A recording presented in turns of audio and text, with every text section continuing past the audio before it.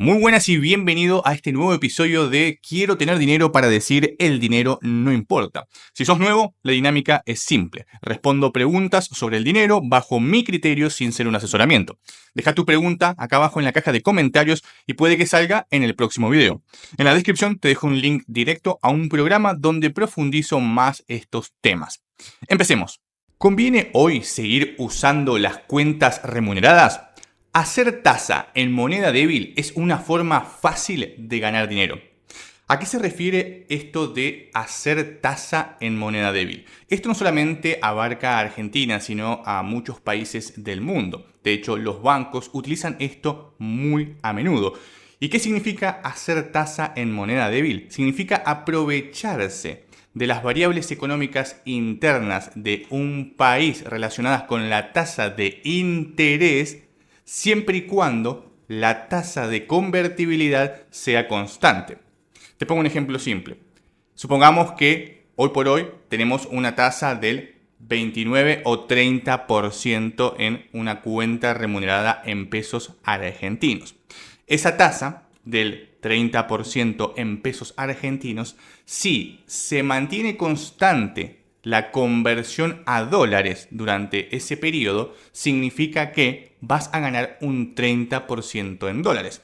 Si bien la tasa te paga en pesos, al no haber variación en el tipo de cambio, en este caso el dólar, estás ganando un 30% en dólares. Si salís a buscar una tasa fija en dólares que pague un 30%, realmente no vas a encontrar, porque hoy por hoy las tasas andan entre un 4 y un 5%. Por lo que estás ganando mucho, pero mucho más en una moneda débil haciendo tasa que estando en la propia moneda fuerte, en este caso el dólar estadounidense. De esta forma, vos lo único que estás haciendo es aprovecharte de las altas tasas que tienen las monedas débiles, siempre y cuando la variación del tipo de cambio contra la moneda fuerte que vos estés utilizando, puede ser el dólar, puede ser el euro o puede ser cualquier otra moneda fuerte, se mantenga constante. Supongamos que la tasa de cambio hoy es de 1.300 pesos por dólares. Si durante 6 meses se mantiene a 1.300 pesos por dólar, eso quiere decir que la tasa de convertibilidad se mantuvo constante durante 6 meses, no varió, estuvo entre 1.250, 1.300, 1.350. No quiere decir que esté estática en 1.300, sino que puede tener pequeños flujos, pequeñas variaciones. Ahora bien, ¿qué pasa si hay grandes variaciones en el tipo de cambio? Entonces hacer tasa se vuelve extremadamente riesgoso. Y hay un punto clave y lo más determinante a la hora de hacer tasa. La clave a la hora de hacer tasa es que la conversión del tipo de cambio se mantenga lo más estable posible. Si la variación en el tipo de cambio es superior al rendimiento, vos estarías perdiendo dinero.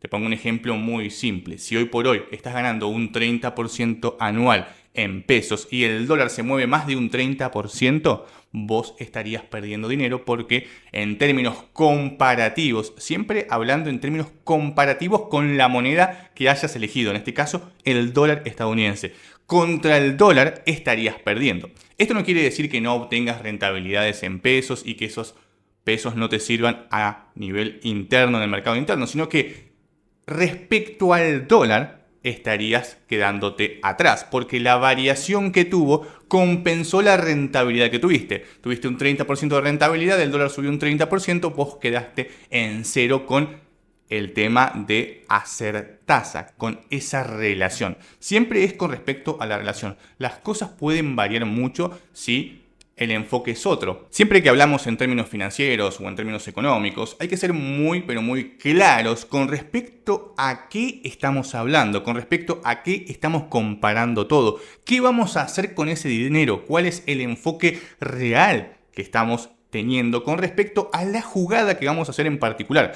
No podemos hablar de hechos aislados porque en sí no nos sirven como referencia. Así que tenerlo muy en cuenta. En este caso es hacer tasa en una moneda débil para generar rendimientos en una moneda fuerte siempre y cuando el tipo de cambio se mantenga estable. Teniendo en cuenta esto, podés responder esta pregunta siempre, porque lo único que tenés que hacer es fijarte cuánto te están pagando de tasa hoy. ¿Cuánto vos estimás que va a variar el tipo de cambio de cara al futuro? Y en base a esa suposición que vos estás haciendo, determinar simplemente si te conviene o no. Si vos, por ejemplo, vas a hacer, supongamos, un plazo fijo o vas a utilizar una cuenta remunerada en pesos que hoy te está pagando un 30% anual, teniendo en cuenta esa tasa anual, tenés que sacar cuál va a ser el rendimiento, el tiempo que vos vas a mantener ese dinero. Supongamos que lo tenés 3 meses, va a ser una tasa aproximada de un 7,5%, un 8%, dependiendo si haces interés compuesto.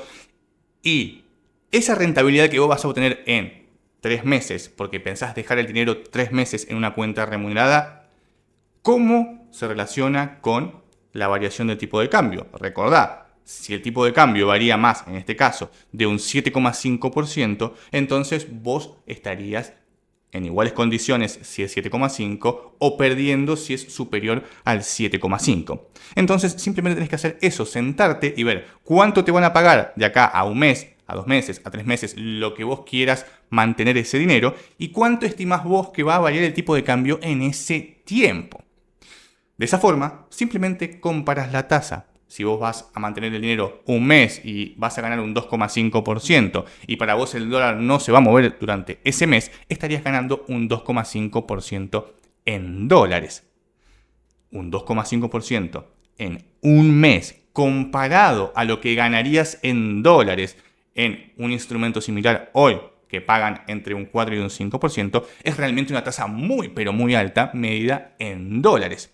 Simplemente haciendo la comparativa. Pero como en todos los temas económicos y financieros, depende mucho de lo que vos quieras hacer en ese momento y cuáles son tus estimaciones de cara al futuro. Pero con esta fórmula simple, muy simple realmente, vas a poder determinar en todo momento si conviene o no seguir usando la cuenta remunerada, el plazo fijo o cualquier instrumento que te dé rentabilidades en moneda débil para hacer tasa, siempre y cuando la variación del tipo de cambio se mantenga estable. Con esta sencilla fórmula vas a poder todo el tiempo saber si te conviene o no. Así que sencillamente hace eso. Saca la tasa, saca cuánto supones vos que va a variar el dólar y en base a esa comparativa determina si te conviene o no. Si querés aprender más sobre todos estos temas, en la descripción te dejo un link directo a un programa donde explico detalladamente todas estas cuestiones. ¿Cómo puedo mejorar mi puntaje crediticio? Usa el crédito como débito. Sé que suena un poco loco esto, pero realmente es una forma excelente de aumentar tu puntaje crediticio y ser más relevante para el banco.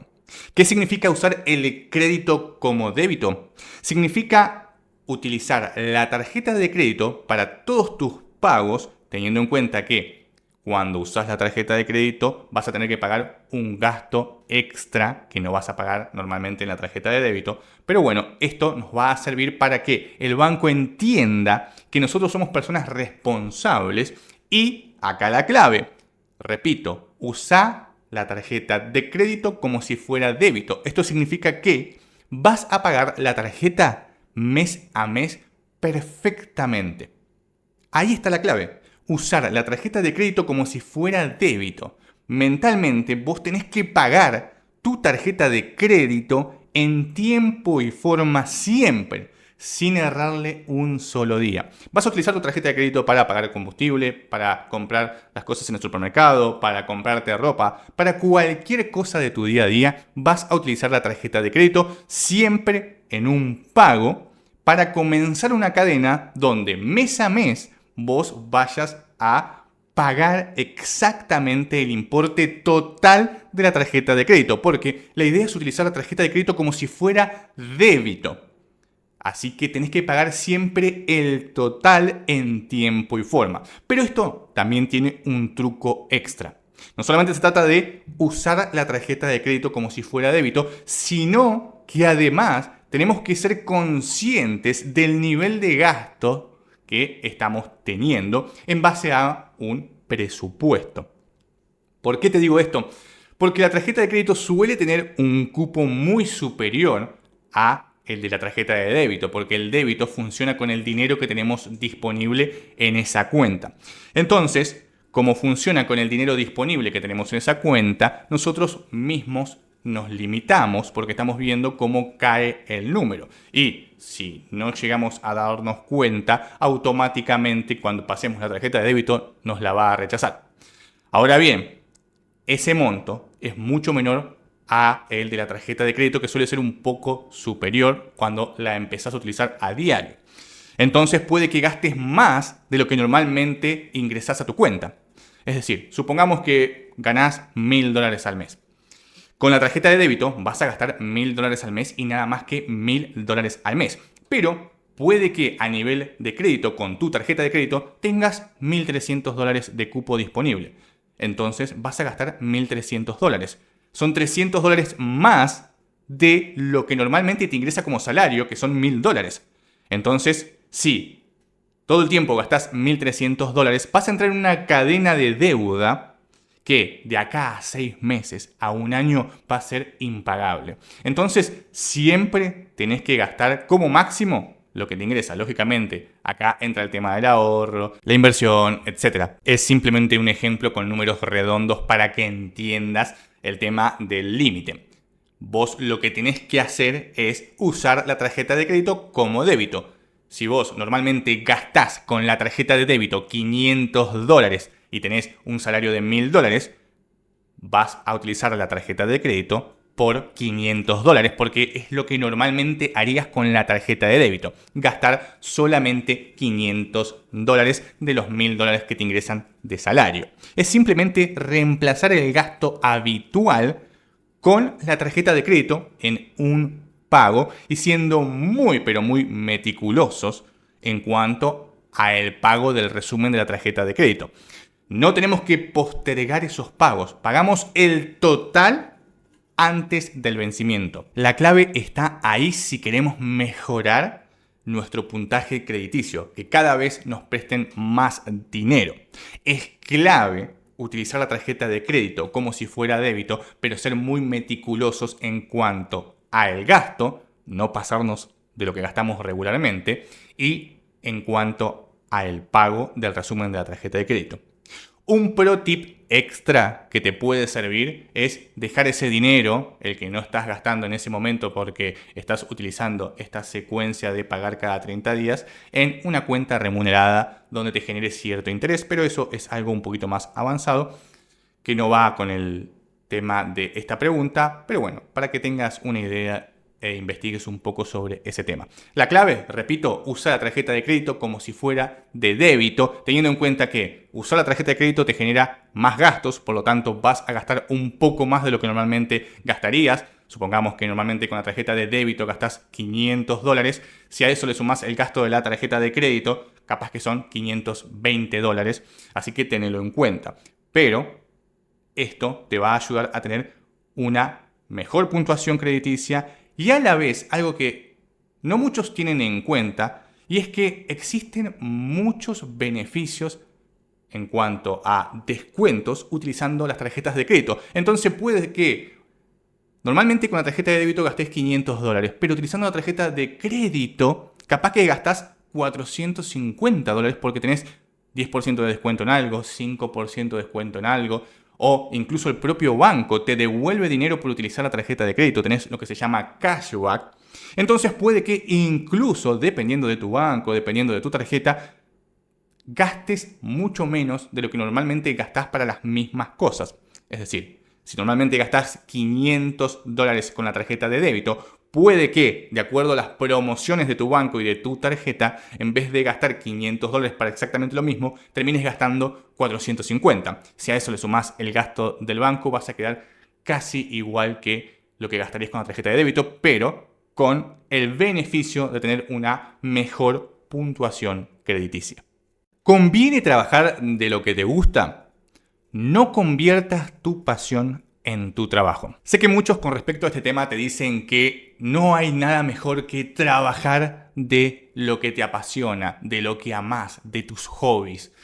Realmente para mí eso no es bueno. Terminás matando tu pasión. Porque mucha gente se confunde y piensa que si hay algo que le gusta, hacerlo todos los días, a todo momento, para generar dinero, va a ser espectacular. Y realmente es una tortura, porque ya no lo haces más por pasión o por distracción, si es un hobby o lo que fuere, sino que lo haces por obligación. Ya realmente no lo haces porque te gusta, sino porque tenés la obligación de hacerlo para generar dinero. Esto no quiere decir que no puedas estar dentro del mismo rubro o tener un rubro similar, sino que específicamente eso que tanto te gusta, no lo hagas como un trabajo, sino déjalo como pasión, déjalo como hobby, déjalo en el punto en el que está y, de cierta forma, intenta crear un negocio que te permita disfrutar de esa pasión. Y ese negocio no necesariamente tiene que estar relacionado con la pasión o el hobby.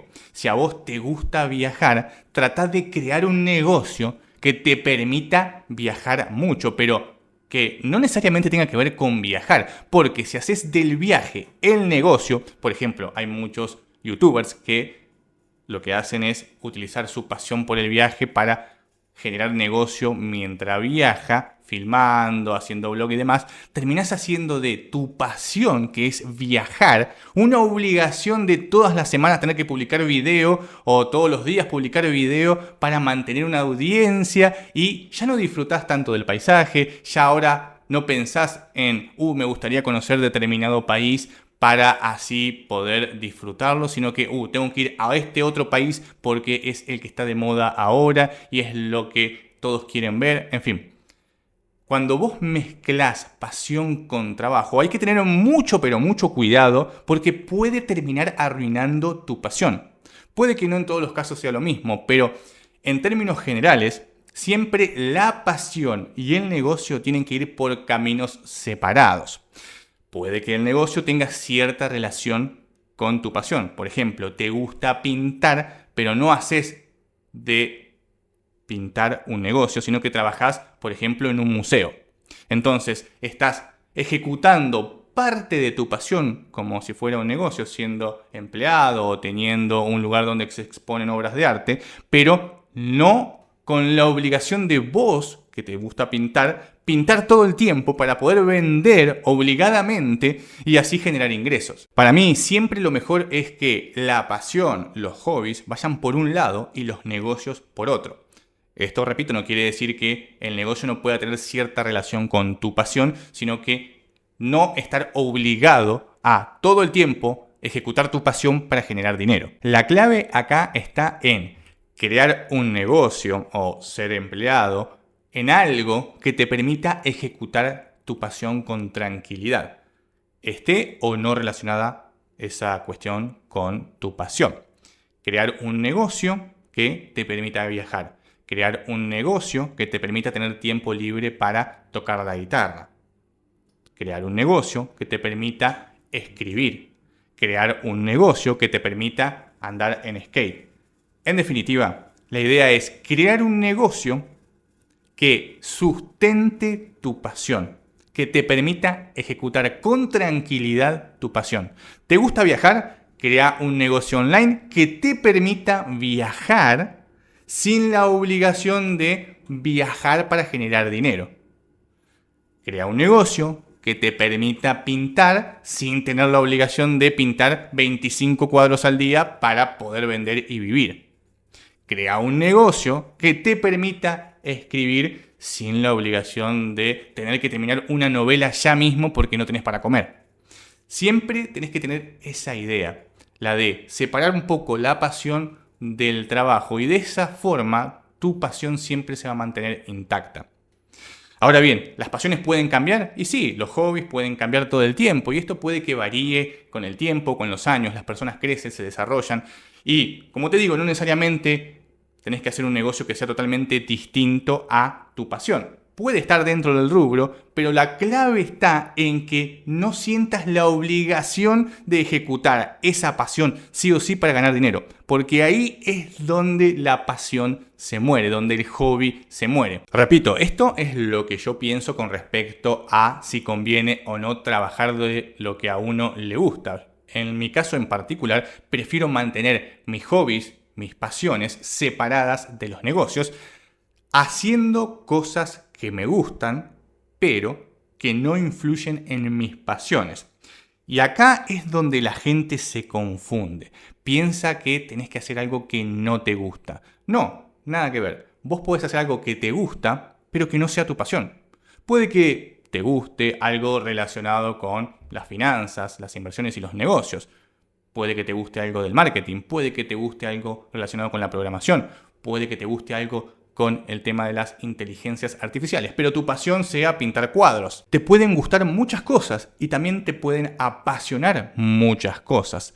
La clave está en ese equilibrio entre hacer lo que te gusta, separar tus pasiones, disfrutar de la vida, mientras, lógicamente, evolucionas en términos de capital. Y esto es otra cosa que la gente también suele confundir, y es que piensa que solamente hay una sola pasión, que solamente te gusta una cosa, que solamente tenés un hobby. Y no, puede que tengas varias pasiones, varios hobbies, varias cosas que te gustan y que te gustan en diferentes niveles. Puede que te guste el tema de administrar empresas, pero que te apasione el tema de las inversiones. Entonces tenés empresas porque te gusta tener empresas, pero el tema de las inversiones, que es lo que te apasiona, realmente lo tenés separado y te tomás tu tiempo para hacer el tema de las inversiones. O, por ejemplo, puede que te encante ser actor, ser productor, ser cualquier cosa relacionada con el tema de la cinematografía, pero por otro lado te encanta hacer otra cosa. Nada te limita.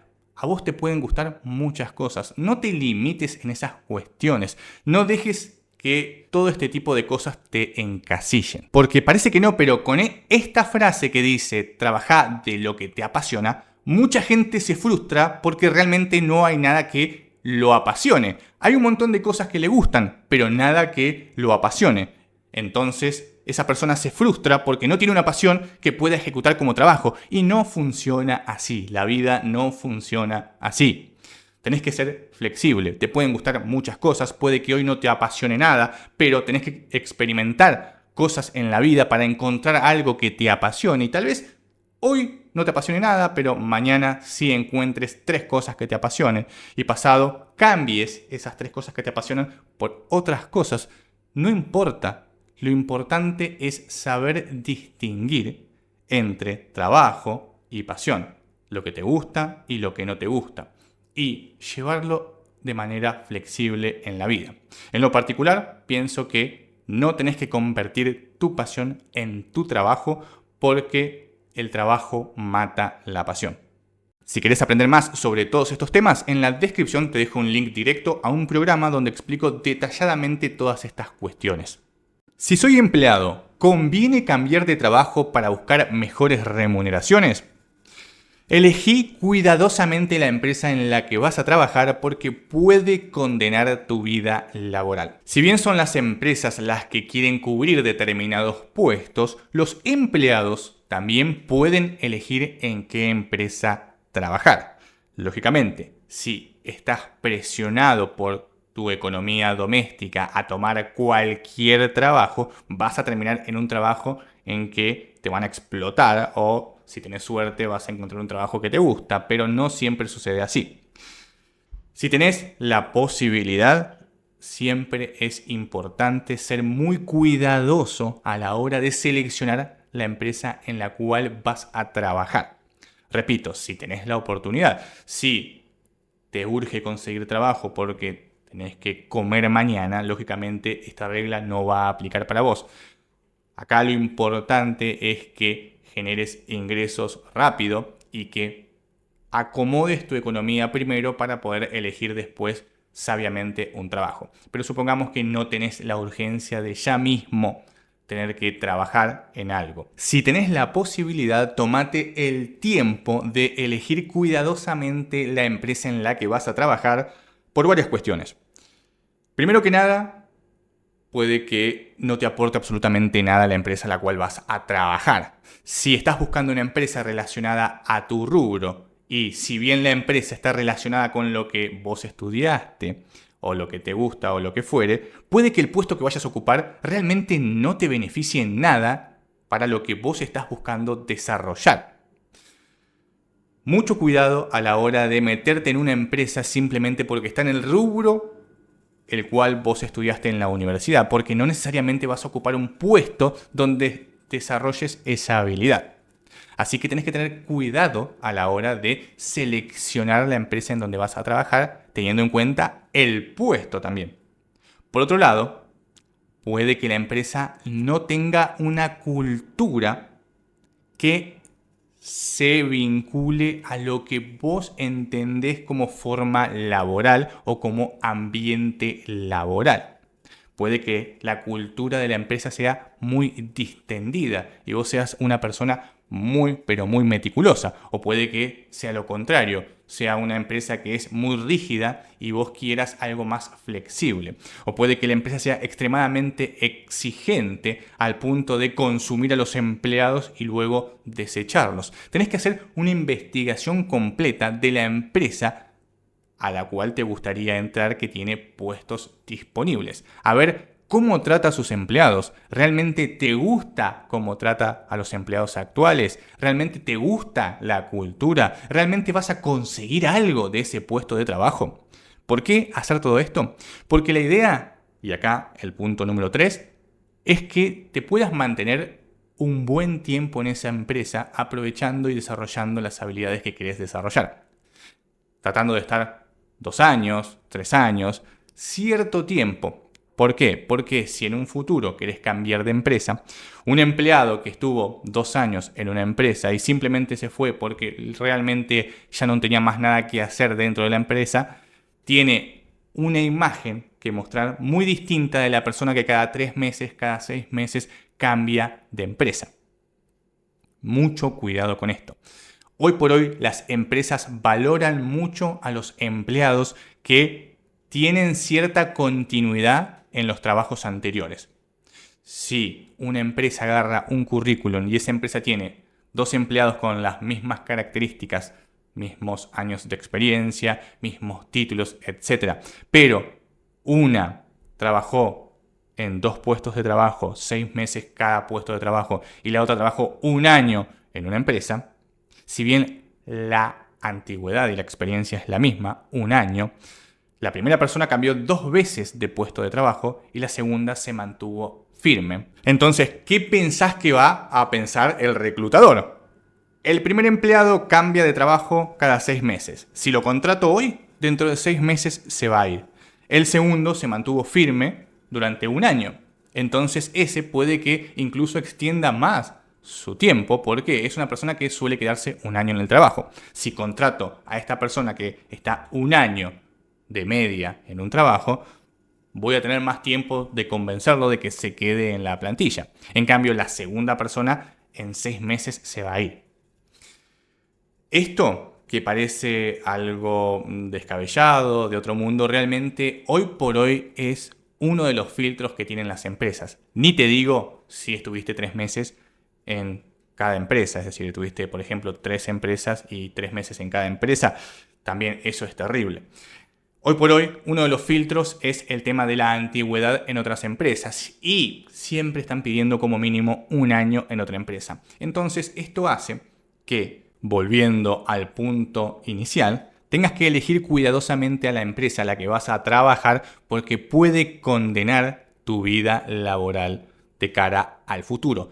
Y puede que no sea tu culpa, puede que hayas estado en 2 trabajos, 6 meses cada trabajo, porque las empresas o se fundieron, o realmente el ambiente laboral era muy tóxico, o porque te echaron de la nada. Puede que no sea tu culpa, pero como te digo, cualquier empresa puede condenar tu vida laboral sin que vos tengas absolutamente nada que ver, porque puede que vos realmente te querías quedar en esa empresa, pero te echaron sin ningún motivo, o te querías quedar en esa empresa, pero redujeron personal en el área tuya, o la empresa se fundió, o la empresa se fusionó, o fuere el motivo que fuere, ajeno a vos.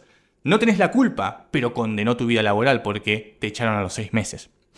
Entonces, tenés que tener mucho cuidado a la hora de seleccionar empresas porque realmente a nivel currículum te puede complicar. Tómate tu tiempo, elegí cuidadosamente la empresa teniendo en cuenta la cultura, no solamente el salario es muy importante y realmente no te dejes explotar, pero ten en cuenta la cultura, ten en cuenta quién va a ser tu jefe, investigá quién va a ser tu jefe, fíjate cómo trata a los otros empleados, en fin, hace una investigación y elegí cuidadosamente la empresa en la cual vas a trabajar porque recordá que puede condenar tu vida laboral.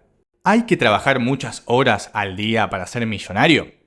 El que trabaja mucho tiene poco tiempo para hacer dinero. Esta es una frase de Rockefeller, una frase que significa que estar ocupado no siempre implica ser productivo. El día a día nos puede realmente consumir, pero más aún el tema de las tareas que no aportan absolutamente nada al negocio a nivel futuro. Existen tareas que son muy repetitivas, que hay que hacerlas sí o sí todos los días y que realmente son más de funcionamiento que de crecimiento. Eso hace que las personas tiendan a enfocarse más en las tareas del día a día de mantención que las que implican un crecimiento a futuro, porque las de crecimiento requieren pensar fuera de la caja, pensar cosas nuevas. En cambio, las repetitivas, las de mantenimiento, son siempre las mismas. Tenés que hacer siempre lo mismo todos los días y es mucho más fácil hacer todos los días lo mismo que sentarte a pensar cómo hacer crecer tu negocio. Esto es clave y esto es muy importante porque nos determina que realmente no importa la cantidad de tiempo que le dediques a tu negocio. Lo que realmente importa es que te enfoques en las horas que vas a trabajar para tu negocio y que ese foco esté puesto en las tareas que realmente agregan valor al negocio. De ahí el término de delegar todo lo que puedas para comprar tiempo.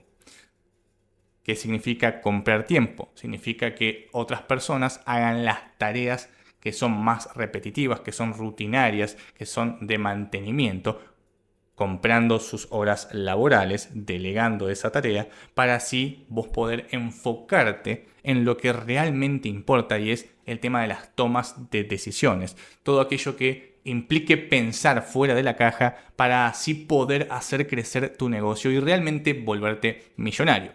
Por eso no es un tema de horas, sino es un tema de eficiencia y de foco.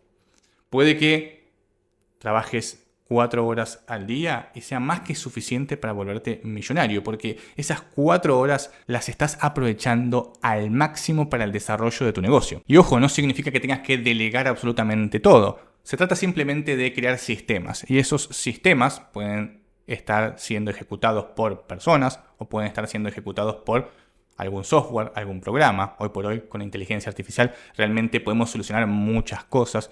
No necesitamos empleados, sino que tenemos que establecer sistemas para lo rutinario y que lo rutinario realmente no ocupe tiempo en nuestro día a día para que tengamos tiempo libre de pensar en lo que realmente importa, que es el desarrollo y el crecimiento del negocio.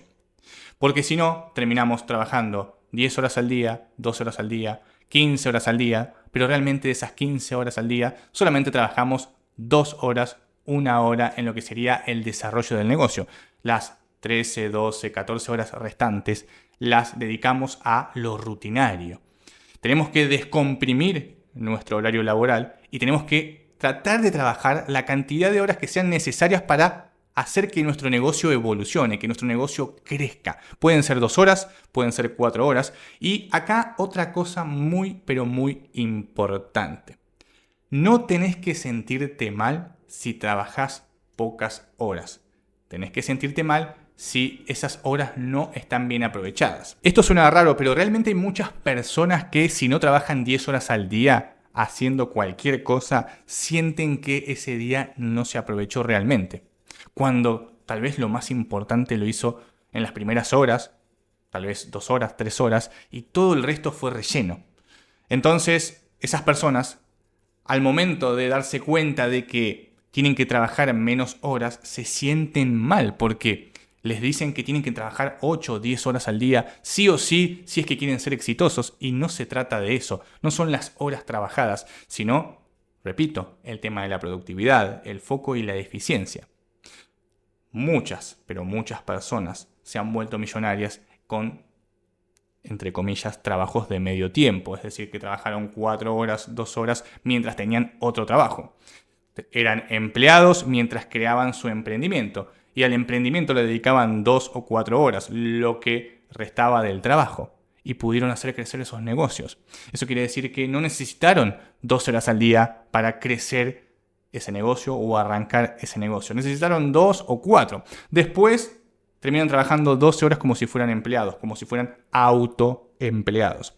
Y no se trata de eso, se trata, repito, de trabajar la cantidad de horas adecuadas para hacer crecer ese negocio. Y por lo general, esa cantidad de horas adecuadas es menos de 6 horas diarias. De hecho, los ultra ricos trabajan menos de 4 horas diarias. Pero ojo, no te confundas.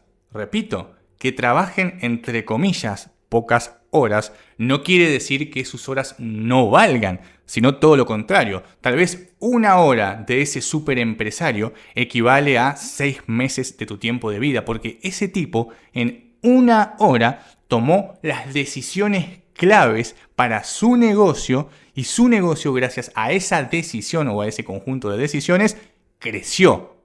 En 1 hora hizo lo que a vos te tomaría 3 meses, 6 meses. ¿Por qué? Porque es realmente una persona que hace foco, una persona realmente productiva y eficiente y que se centra en lo que realmente importa para hacer crecer ese negocio. Así que no te sientas mal si no estás trabajando 10 o 12 horas al día. Sentite mal si realmente no estás aprovechando las horas del día. Siempre es importante trabajar con foco, con eficiencia, con productividad en tareas que agreguen valor, que hagan crecer tu negocio, que realmente aporten algo. No te centres, no desperdicies, no gastes tu tiempo en tareas repetitivas que realmente no aportan nada a tu negocio más que mantenerlo con vida.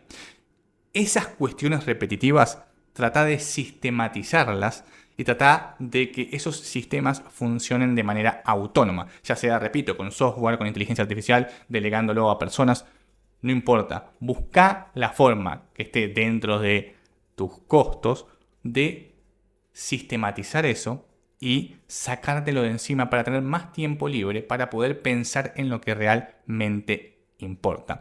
Y además, tenés que equilibrar esto con tu vida. Lógicamente es muy pero muy importante que no te pases todo el día trabajando porque en definitiva hay que vivir la vida y ser felices. Hay que encontrar ese equilibrio adecuado entre trabajar y vivir.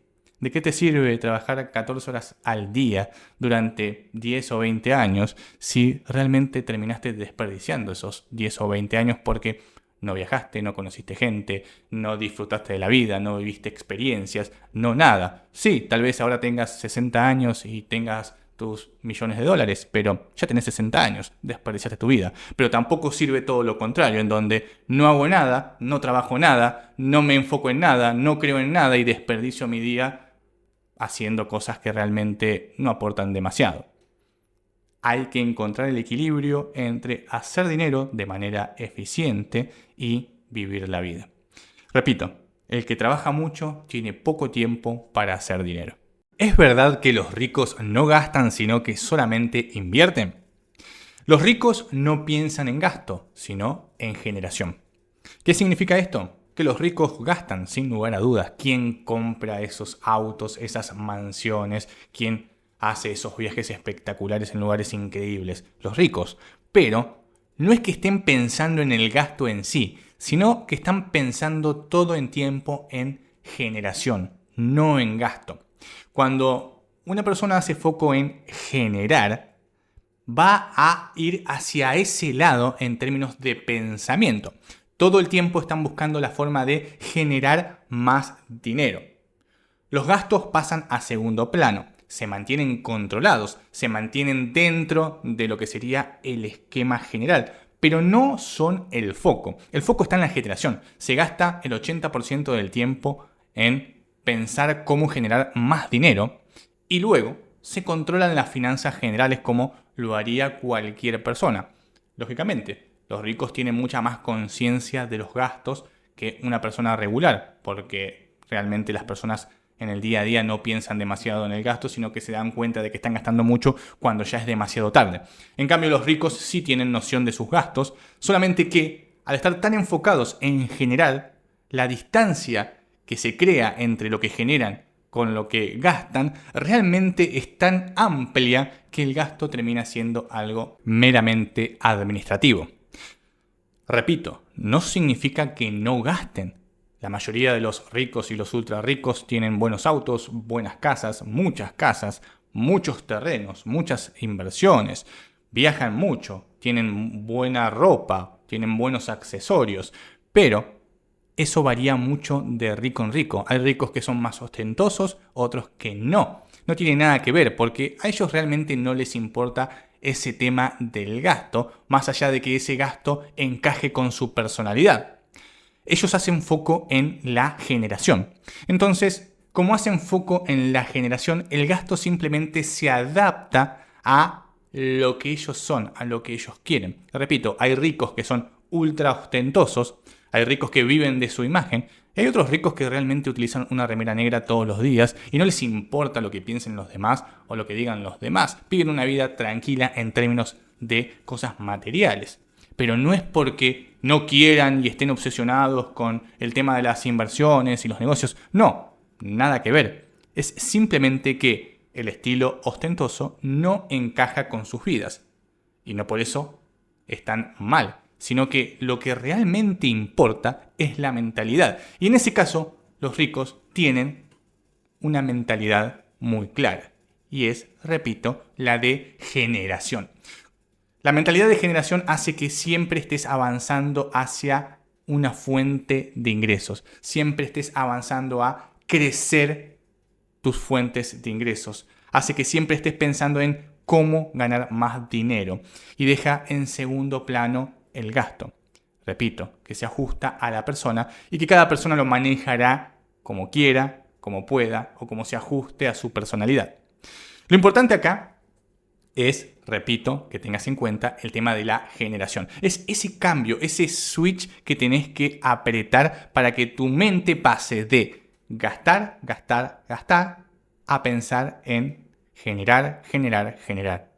Cuando vos pensás en generación, estás más alineado con ese concepto y tu mente tiende a generar soluciones que se adapten a ese concepto de generación.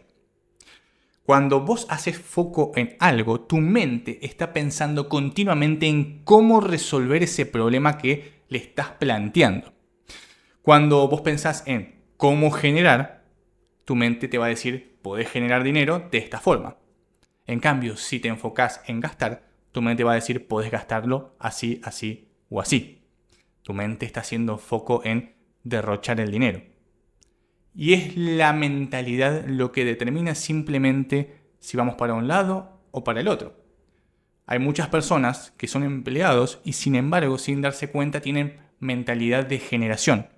Y rápidamente consiguen aumentos de sueldo, rápidamente consiguen otras formas de ingresos, rápidamente pueden dejar de ser empleados, pero sin embargo les gusta ser empleados y siguen siendo empleados por más que estén generando mucho dinero, porque tienen una mentalidad de generación que hace que todo el tiempo estén buscando formas de ganar dinero y todo el tiempo cuando uno busca algo lo va a terminar encontrando. Entonces, junto a la mentalidad, con el esfuerzo, con la acción, estamos generando ese dinero en nuestra vida y eso hace que el gasto pase a segundo plano. Por otro lado, tenemos personas que solamente piensan en el gasto, gastar, gastar, gastar. Me quiero comprar ese auto, me quiero comprar esto, me quiero comprar lo otro. Cuando vos tenés la mentalidad de gastar, Tu mente te va a permitir gastar, te va a decir, gasta en esto, gasta en lo otro, compra lo otro. En sí es lo mismo. No quiere decir que, repito, el rico no se compre ese Lamborghini, no se compre esa casa gigante, esa mansión. Simplemente el foco está puesto en otro lado. Las energías están puestas en otro lado. El 80% de su tiempo lo gasta en pensar en cómo generar más. Es lo mismo, van a gastar, van a tener cosas de lujo si encaja con su personalidad, pero con el foco puesto en la generación. Y acá creo que está lo más importante y quiero que vos también lo tengas en cuenta, y es que simplemente tenés que hacer un cambio de mentalidad. Es un cambio muy simple, dejar de pensar en gastos y pensar más en generar. Generar. Y que el gasto sea simplemente algo más de tu vida que esté controlado en base a tus finanzas personales, en base a tu presupuesto, en base a tu personalidad, que esté controlado, que esté regulado, que esté bien administrado, pero que realmente sea una planilla de Excel más. Tu foco está en generar. Repito, los ricos no piensan en gastos, sino en generación. Si querés aprender más sobre todos estos temas, en la descripción te dejo un link directo a un programa donde explico detalladamente todas estas cuestiones. ¿Cuándo hay que dejar de ser empleado? Hay que buscar ser empleado por elección, no por presión. Cuando uno empieza a trabajar, generalmente lo hace por presión, porque necesita el dinero. Entonces uno está obligado a trabajar. Muy distinto es trabajar porque realmente nos gusta ser empleados.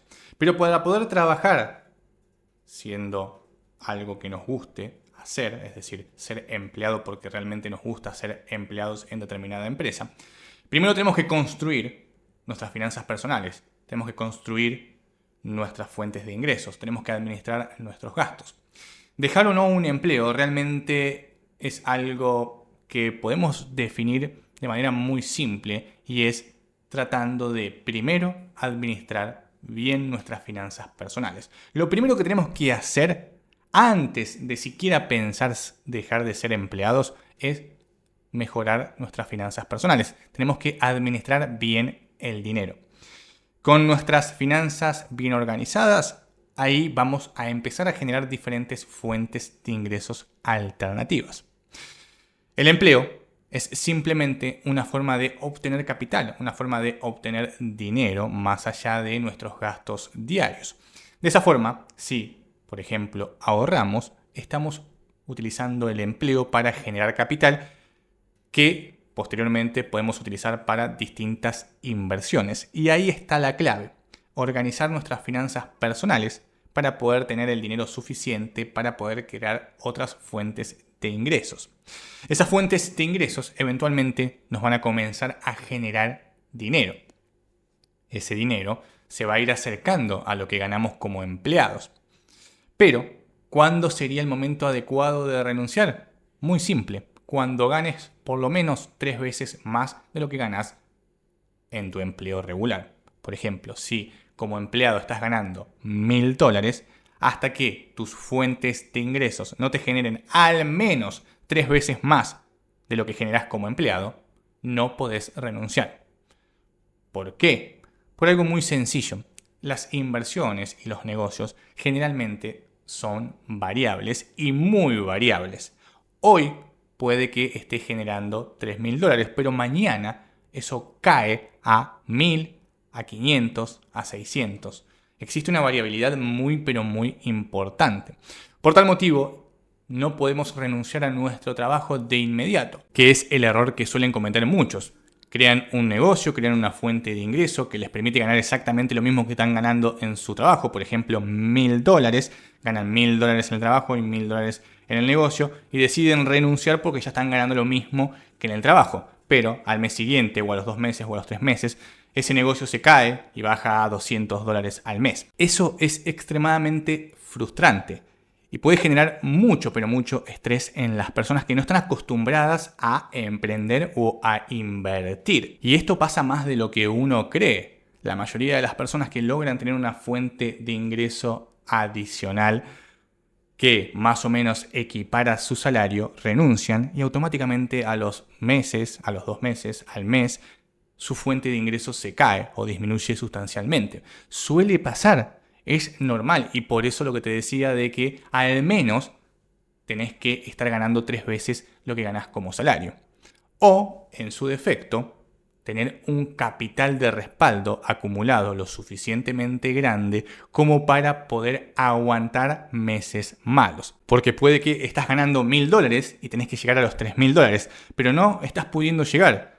Ganás 1.500, ganás $2.000 y así mes tras mes tras mes. Pero pasa un año, pasan 2 años y lográs acumular mucho capital para poder aguantar en caso de que algo vaya mal. En realidad también tenés que poner el ojo en el negocio si te das cuenta que durante mucho tiempo te mantenés estancado y tendrías que buscar otras alternativas de acuerdo a tu negocio para mejorarlo. Pero vamos a lo simple, a la pregunta.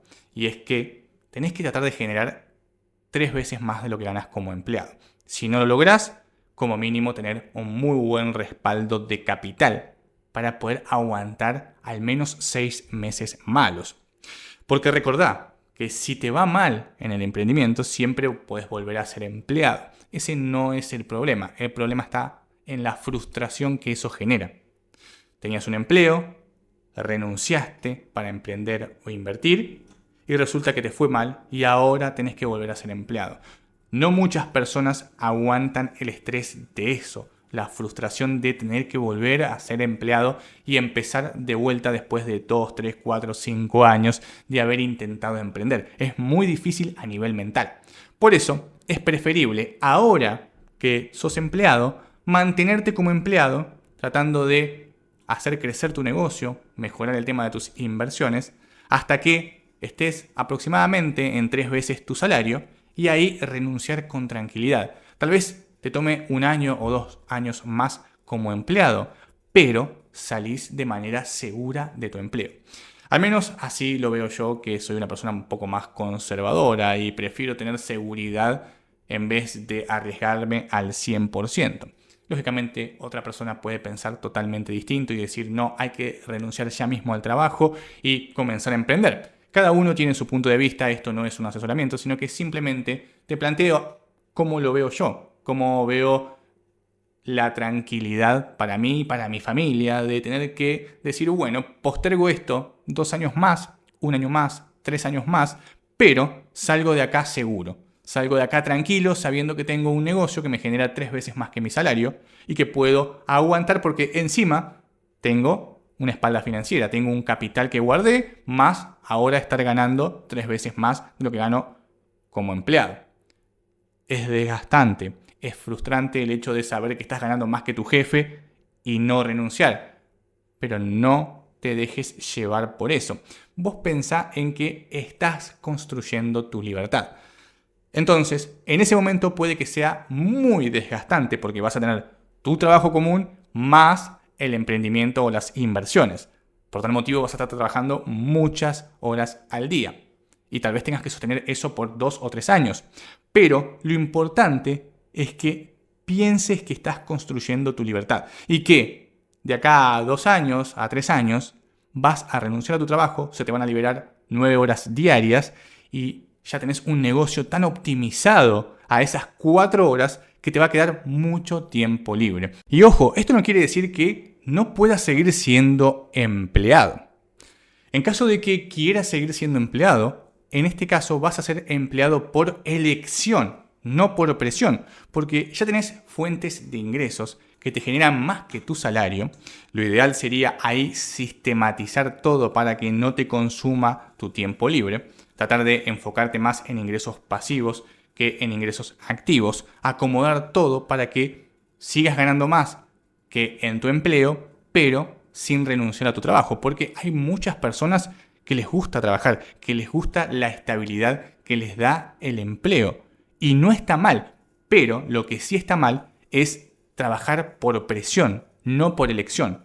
En este caso, como construimos una fuente de ingreso, que puede ser activa o pasiva, o empezamos una fuente de ingreso activa y después la convertimos en pasiva, no importa. Lo importante es que tenemos una fuente de ingreso o varias fuentes de ingresos que nos generan más que el salario, pero que también nos dan la libertad de elección. Podemos elegir seguir siendo empleados o podemos elegir renunciar y trabajar nuevamente con más foco nuestras fuentes de ingresos. Pero, repito, acá ya estamos siendo empleados por elección, no por presión. Y no está mal ser empleado.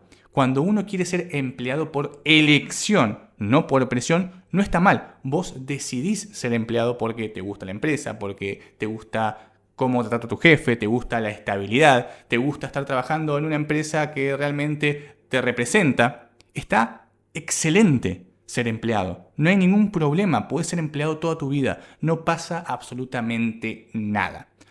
Lo malo, repito, es ser empleado por presión.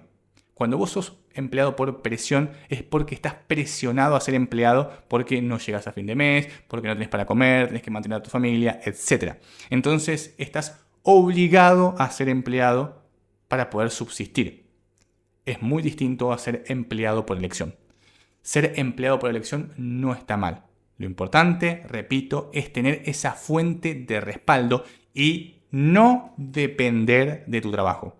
Que tus ingresos principales sean tus fuentes de ingresos secundarias. Que sean tu espalda. Que realmente te protejan, te cubran. Y que, como ganás tanto por fuera, puedas elegir qué hacer con tu vida. Y si dentro de esa elección está ser empleado de una empresa, está bien. Si dentro de esa elección está renunciar, está bien. ¿Por qué? Porque tenés fuentes de ingresos que te respaldan. La clave está en construir siempre fuentes de ingresos que te respalden y te permitan tomar el control de tu vida, que te permitan elegir. Tenés que ser empleado por elección, no por presión. ¿Hay que evadir impuestos? Tenés que tener una mentalidad global. Sé que muchos piensan que la mejor forma de hacer dinero es evadiendo impuestos y de esa forma pueden acumular más capital. Pero la realidad es que lo mejor siempre es tener una mentalidad global. Cuando se trata de temas impositivos, lo mejor es siempre estar muy bien asesorado. A veces se paga de más simplemente porque no tenemos un buen asesoramiento. Lo primero que tenemos que hacer es intentar entender cómo se mueve nuestro propio sistema. Es decir, en el país en donde vivimos, donde tenemos nuestra empresa, tratar de entender cuáles son los impuestos que tenemos que pagar y por qué estamos pagando esos impuestos. Después, una vez que entendemos qué impuestos tenemos que pagar y por qué los estamos pagando, tenemos que buscar las formas dentro del propio sistema para pagar lo menos posible. Esto que parece bastante obvio, mucha gente ni siquiera se lo plantea. El hecho de buscar, realmente buscar las formas dentro del propio sistema de pagar menos impuestos. Impuestos vas a tener que pagar en cualquier parte del mundo, más o menos. Esto lo tenés que hacer por una sencilla razón. Tenés que poder vivir tranquilo. Si evadís impuestos, no vas a vivir tranquilo porque continuamente vas a tener al Estado, al gobierno, es decir, a toda la maquinaria del sistema persiguiéndote. Y eso solamente lo podés evitar jugando con las reglas del sistema. Y por eso lo primero que tenemos que hacer es tratar de entender cuáles son las reglas de ese sistema. No importa el país en el que estés, lo primero que tenés que entender es cómo funciona el sistema impositivo local y buscar dentro de ese sistema las mejores formas para evitar pagar impuestos. Si recién estás comenzando un negocio y todavía ni siquiera sabes qué tipo de negocio vas a realizar, tenés que hacer un research, una investigación previa del marco impositivo local para intentar determinar cuáles son las actividades que están siendo en ese momento beneficiadas por el sistema impositivo.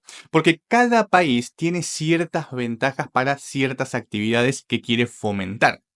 Tal vez en tu país haya algún impuesto a, por ejemplo, los comercios que venden golosinas, pero los comercios que venden por ejemplo, es simplemente un ejemplo, productos de belleza están exentos. Entonces, tal vez por ese lado te ahorrarías de pagar impuestos si pones un negocio de belleza y no un kiosco. O puede que haya ventajas fiscales para todo lo que sea productivo. Entonces por ahí te puedes encaminar para el lado productivo. En definitiva, se trata simplemente de entender el sistema, si es que todavía no empezaste un negocio, para determinar cuáles son aquellas actividades que en ese país en concreto tienen ventajas fiscales. Ahora bien, si ya comenzaste tu negocio porque es algo que te gusta, o porque es un negocio familiar, o porque simplemente lo empezaste sin saber absolutamente nada, no importa. Tenés que entender igual el sistema impositivo. Tenés que saber qué es lo que estás pagando, por qué lo estás pagando y buscar activamente las formas de poder reducir esa carga impositiva dentro del sistema. Tenés que asesorarte con un buen contador, pero no solamente quedarte con la opinión de un contador, sino que hacer varias consultas, incluso interdisciplinarias, es decir, tal vez consultar a algún abogado, tal vez consultar a otras personas que se mueven dentro de ese entorno para ver si existe alguna figura legal, algún sistema, algún descuento que pueda permitirte reducir esa carga impositiva, porque tal vez dentro de tu sistema, si encarás ese negocio de manera personal, te cobran unos impuestos, pero si lo haces a través de una sociedad, te cobran otros impuestos. O tal vez, si lo haces como una sociedad, podés deducir determinadas cuestiones que bajan la carga impositiva o podés trasladar el impuesto hacia otra parte, por ejemplo, el consumidor final. Todos estos son simplemente ejemplos para que entiendas que tenés que saber qué estás pagando, por qué y cómo poder reducir esa carga impositiva para jugar dentro del sistema con las reglas del sistema. Una vez que vos entendés tu sistema local, lo siguiente es lo que te comentaba, tener una mentalidad global. Muchos se centran demasiado en su propio país, que puede o no tener buenas reglas de juego para los emprendedores o los inversores. Y muchas veces dejamos de lado otros países porque simplemente no vivimos ahí. Pero existe la posibilidad de poder tener empresas en distintos países sin demasiadas complicaciones realmente. Y en los distintos países tener distintas ventajas de acuerdo a los distintos sistemas. Esta mentalidad global hace que tal vez tu actividad en tu país pague muchos impuestos, pero esa misma actividad en otro país te exenta. Si te pones a analizar eso, si tenés una mirada global de tu negocio, entonces vas a empezar a entender que no todos los países funcionan de la misma manera y no todos los países incentivan las mismas cosas. Hay países en donde se incentiva mucho el sistema financiero y por tal motivo cualquier tipo de inversión financiera está prácticamente exenta. Tal vez esos países sean ideales para realizar tus inversiones. Por otro lado, tenemos países en donde se fomenta mucho el comercio. Tal vez ahí puedas poner algo para importar o algún tipo de negocio. En definitiva, se trata de simplemente entender no solo ya tu marco impositivo local, sino los distintos marcos impositivos globales de acuerdo a lo que vos quieras desarrollar. Esto también te va a permitir reducir el riesgo, ya que estás diversificando tus negocios a nivel global. Tal vez tengas en un país tus inversiones, tal vez tengas en otro país tus negocios y tal vez tu vida personal la desarrolles en otro país.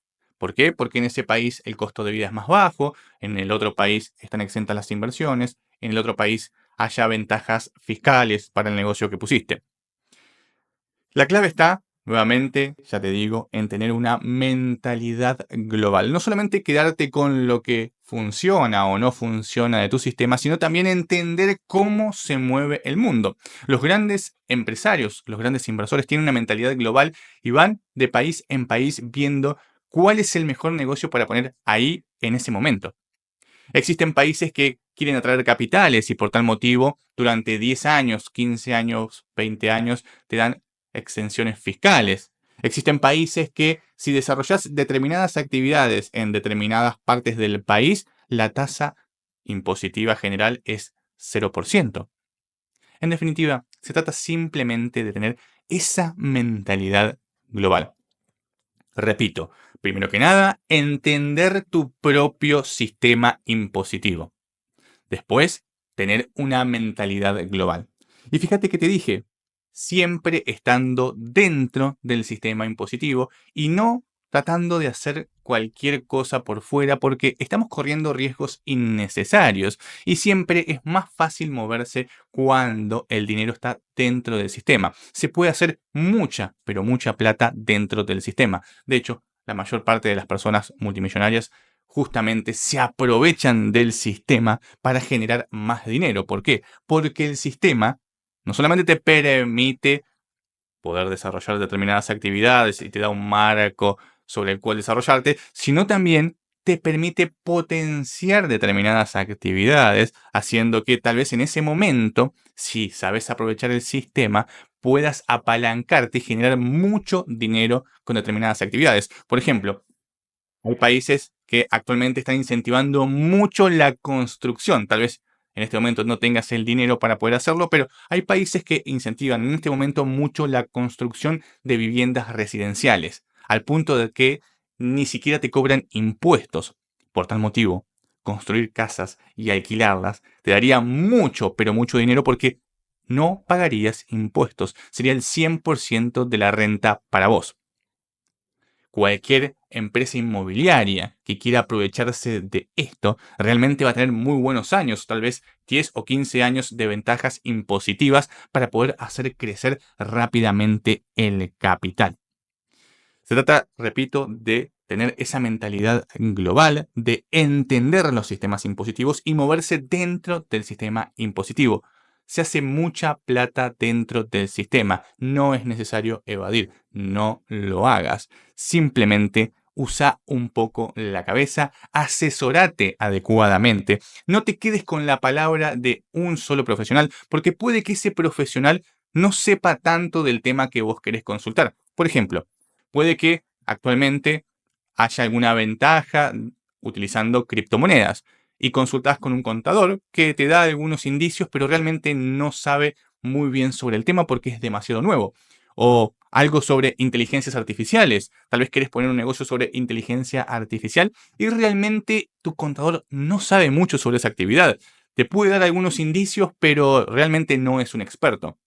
Tenés que buscar asesorarte con diferentes profesionales para tener distintos puntos de vista y luego analizar qué es lo que más te conviene, pero siempre dentro de lo que sería el sistema con una muy, pero muy buena mentalidad global. Si quieres aprender más sobre todos estos temas, en la descripción te dejo un link directo a un programa donde explico detalladamente todas estas cuestiones. ¿Por qué suben los precios? La variación del precio es más que inflación. Esto es clave y esto es algo que muchas personas confunden. Piensan que la variación del precio es solamente inflación. Y desde mi punto de vista, eso no es así. Tal vez esto te confunda, tal vez esto te abra los ojos, pero aquella persona que realmente entienda lo que voy a decir ahora, va a poder jugar con reglas muy distintas y va a poder aprovecharse de muchas cuestiones que le pueden llegar a generar mucho dinero. Existen 5 pilares claves desde mi punto de vista para el tema de la variación del precio. Yo entiendo variación del precio como un compilado de 5 pilares claves. La política monetaria, la política fiscal, la burocracia, la especulación y el mercado. Existen otros elementos que pueden hacer variar el precio, pero no son tan significativos. Ya con esto te das cuenta que para mí la variación del precio es otra cosa muy distinta que solo la inflación. Acá yo pongo 5 pilares. El primer pilar es la política monetaria y ahí es donde entraría la inflación. La política monetaria, resumidamente, toca 2 puntos claves que afectan a la variación del precio y son la tasa de interés y la emisión monetaria. Dos cuestiones vinculadas muy de cerca con la inflación. Como ves, para mí la inflación es solo uno de los pilares y ocupa un puesto igual dentro de lo que serían estos 5 pilares, porque el orden no es determinante. Cada pilar tiene su propio peso en determinado momento y ahí está la clave de la cual te voy a hablar más adelante. Pero por el momento, tené presente que la política monetaria está compuesta por lo que sería la emisión del dinero y la tasa de interés. Por lo menos los elementos más importantes, los elementos que más determinan este pilar. Por otro lado, tenemos la política fiscal. La política fiscal es todo el marco impositivo. Los impuestos determinan la variación del precio. Más impuestos harán que el precio suba, menos impuestos harán que los precios bajen desde el punto de vista fiscal. Por otro lado, tenemos la burocracia. La burocracia también puede hacer variar mucho los precios. Mientras más complicado y costoso sea crear, desarrollar o vender algo, más caro va a ser, mayor va a ser su precio. Mientras más simple, menos burocrático, menos costoso en términos de trámites, más barato va a ser. Este es un punto que muchas personas dejan de lado a la hora de tratar de determinar por qué varió un precio. Parece que no, pero realmente la burocracia puede destruir un mercado. Por otro lado, tenemos la especulación. Existen países en donde la especulación prácticamente es nula y existen países donde la especulación juega un rol muy importante. Lo que piense la gente es clave para determinar si los precios van a subir o van a bajar. Muchas veces, por simple especulación, los precios suben y suben sin parar, el efecto bola de nieve. Esto se ve mucho en países como Argentina, donde si los precios deberían subir, por ejemplo, un 5%, la gente sube los precios un 30% por las dudas. Y por último, tenemos el mercado. La oferta y la demanda determinan determinados precios. Es decir, lo que se ofrezca y lo que la gente demande va a determinar, de acuerdo a la curva de precios, si algo tiene que subir o tiene que bajar. Entonces, tenemos 5 pilares y acá ya estás viendo de manera diferente lo que sería la variación del precio. Vos ahora, cuando veas que un producto subió o bajó de precio, ya no solamente vas a decir es por la inflación, sino que vas a decir, no, a ver, ¿por qué está subiendo de precio realmente este producto? ¿Por qué varió su precio de acuerdo a los 5 pilares? ¿Fue por la política monetaria? ¿La economía va mal y existe mucha emisión, por ejemplo? ¿Fue por la política fiscal? Tal vez subieron los impuestos de este producto. ¿Fue por la burocracia? ¿Es más difícil importarlo? ¿Es más difícil venderlo? ¿Es por especulación? ¿Se especula que este producto va a subir de precio por la estacionalidad o por algo por el estilo? ¿Es por el mercado? ¿Existe mucha demanda? ¿Hay poca oferta? ¿Qué es lo que está sucediendo con respecto al mercado? ¿Por qué te digo esto de manera tan tajante y tratando de meterte en la cabeza de que la variación del precio no es solo inflación? Porque de esto depende que vos entiendas realmente qué es lo que está pasando y puedas aprovecharte de esa variación del precio. El que no entiende por qué varía el precio, lo paga. El que lo entiende, se aprovecha. Cuando vos entendés cuáles son los 5 pilares de la variación del precio, estás más atento a ver cuáles son las cuestiones que realmente están influenciando ese mercado en particular y puedes tomar acción dependiendo si te conviene o no, en el mismo sentido o en sentido contrario. Te pongo un ejemplo. Supongamos que aumentó la burocracia para importar computadoras. Si cada vez es más difícil importar computadoras, los precios van a subir. Entonces, puede que poner una empresa de fabricación de computadoras en el país sea una gran opción para tener un mercado prácticamente cautivo. O puede que, si tenías pensado poner un negocio de importación, te lo plantees dos veces y vayas hacia otro rubro. O si estás en el mundo de las inversiones y ves que cada vez es más caro importar computadoras, vas a comprar o vender acciones de empresas tecnológicas dependiendo cuál sea tu foco.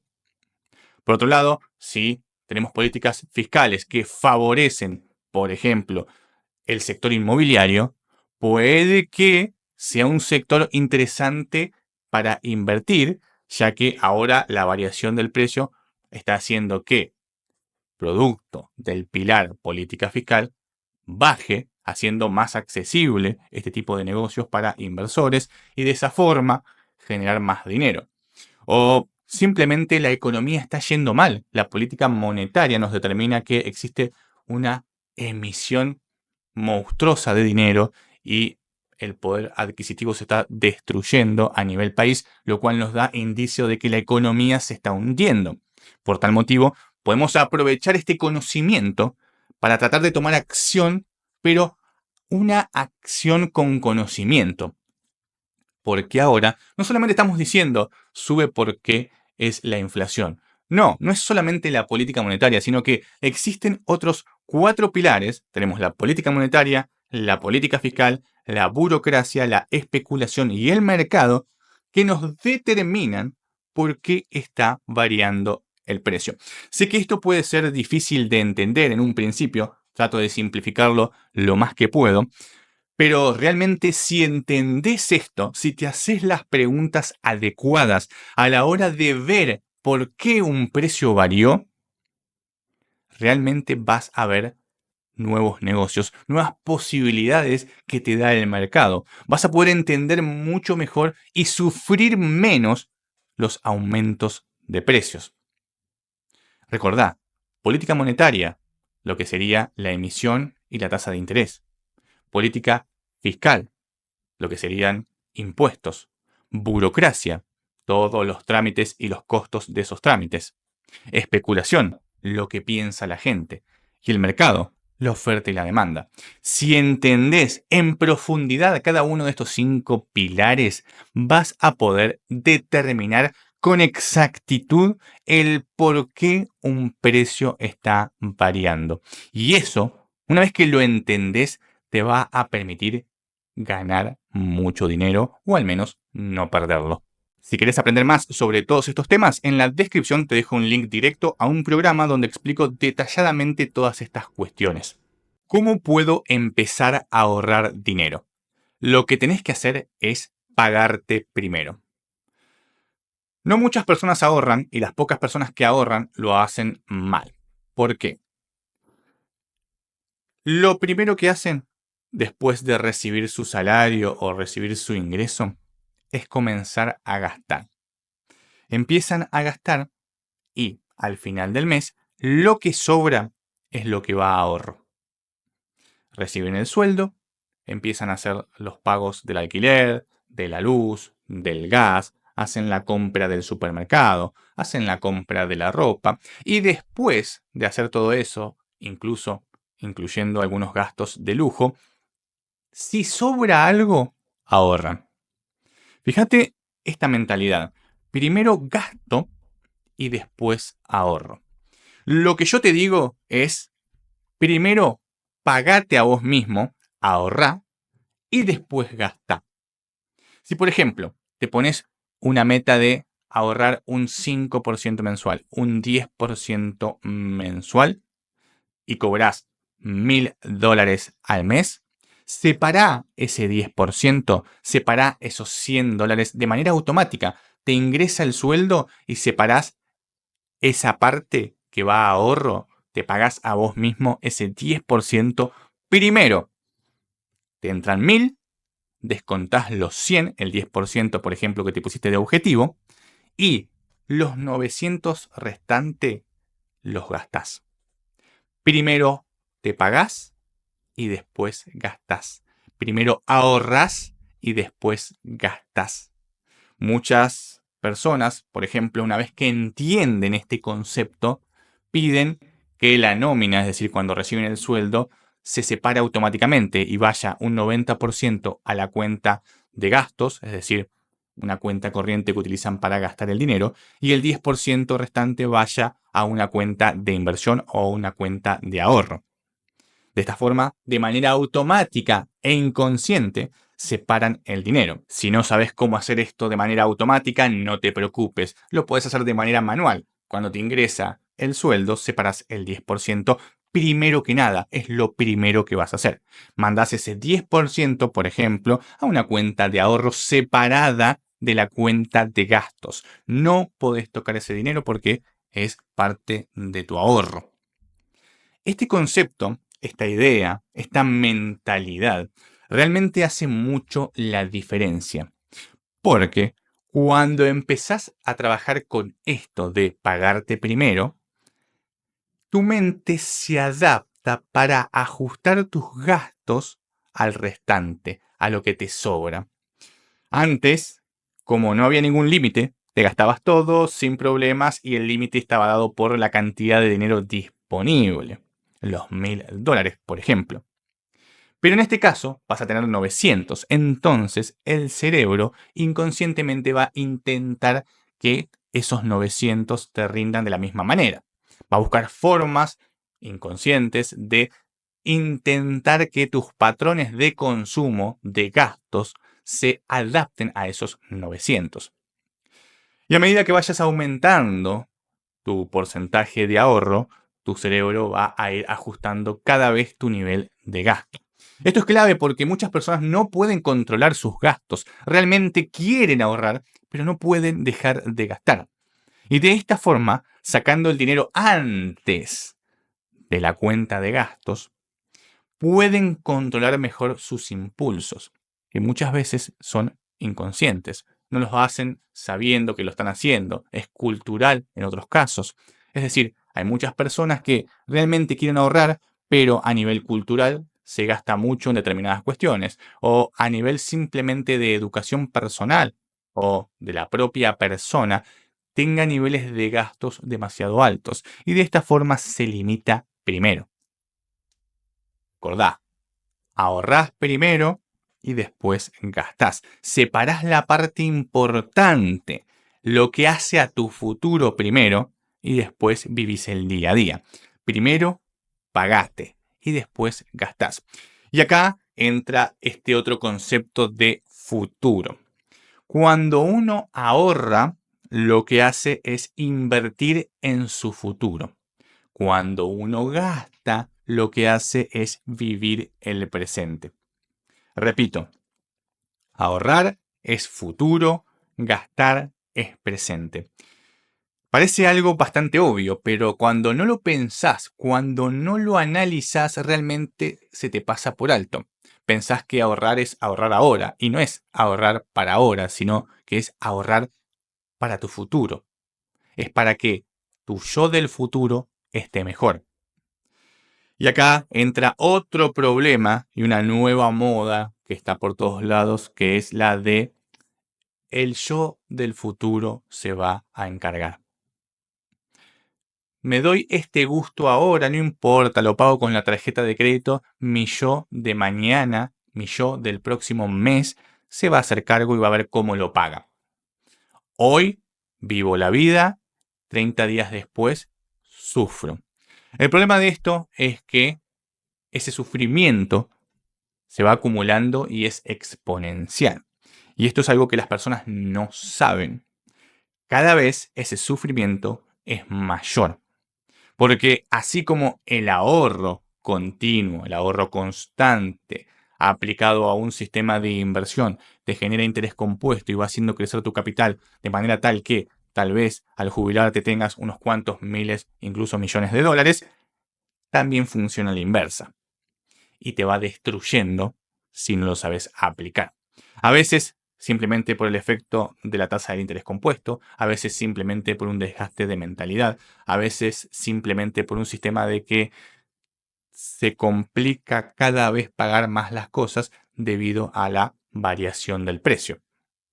Cada vez la plata rinde menos y cada vez cuesta más pagarlo. Esta bola de nieve puede estar a tu favor o estar en tu contra. Las personas que dicen mi yo de mañana, mi yo del futuro, mi yo del mes que viene se hará cargo, están poniendo esta bola de nieve en su contra. Y a medida que pasen los años, cada vez va a ser más complicado parar esa bola de nieve.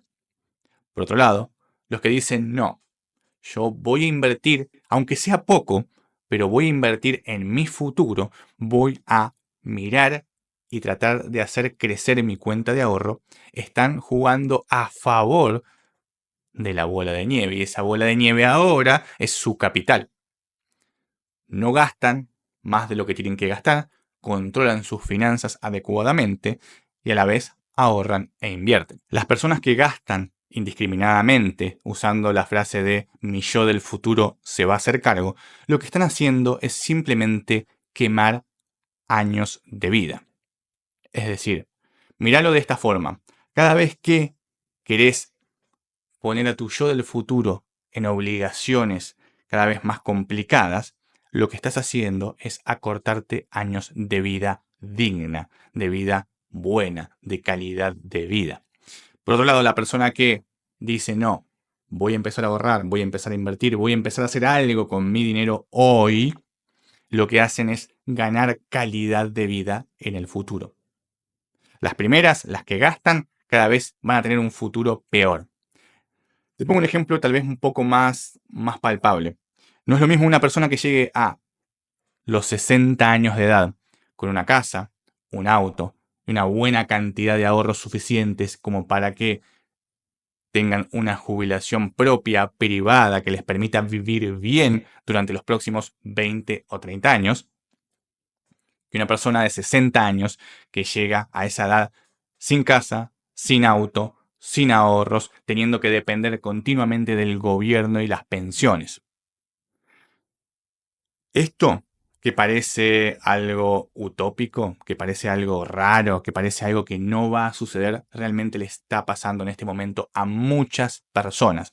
Hay muchas personas que llegan a los 60 años, a los 65 o a los 70, dependiendo del país y la edad jubilatoria de la actividad que tengas, que no tienen casa, que no tienen auto, que no tienen un ahorro consistente y que están dependiendo, su vida depende de la jubilación o la pensión que les da el gobierno, que hoy en la gran mayoría de los países no alcanza ni siquiera para pagar un alquiler. Entonces, ¿vas a dejar tu futuro en manos de desconocidos? ¿Va a ser para vos igual de sencillo ahorrar a los 60 que ahorrar ahora? Como es mucho más complicado a medida que pasa el tiempo. De ahí lo que te decía de la bola de nieve. Todo lo que no hagas hoy se va a multiplicar exponencialmente en el futuro. Y todo lo que hagas hoy se va a multiplicar exponencialmente en el futuro. Es el efecto mariposa. Tal vez hoy esto que estés haciendo te parezca muy pequeño. Esos $50 que ahorraste te parecen muy poco. Esos $10, esos $100. Sé que incluso puede ser frustrante para muchas personas decir solamente puedo ahorrar $10 al mes, $50 al mes, $100 al mes. Pero $100 al mes son $1.200 al año. Sin tener en cuenta que ese ahorro lo podemos invertir. Pero en términos simples son $1.200 al año. En 10 años son $12.000. Parece que no, pero va haciendo la diferencia. Y eso que no estoy teniendo en cuenta la capacidad de invertir esa plata para utilizar el efecto del interés compuesto y así protegernos de la inflación también. Ese pequeño ahorro, $100 al mes, se convirtieron en $12.000. En 10 años, en 20 años serán 24, en 30 años serán $36.000.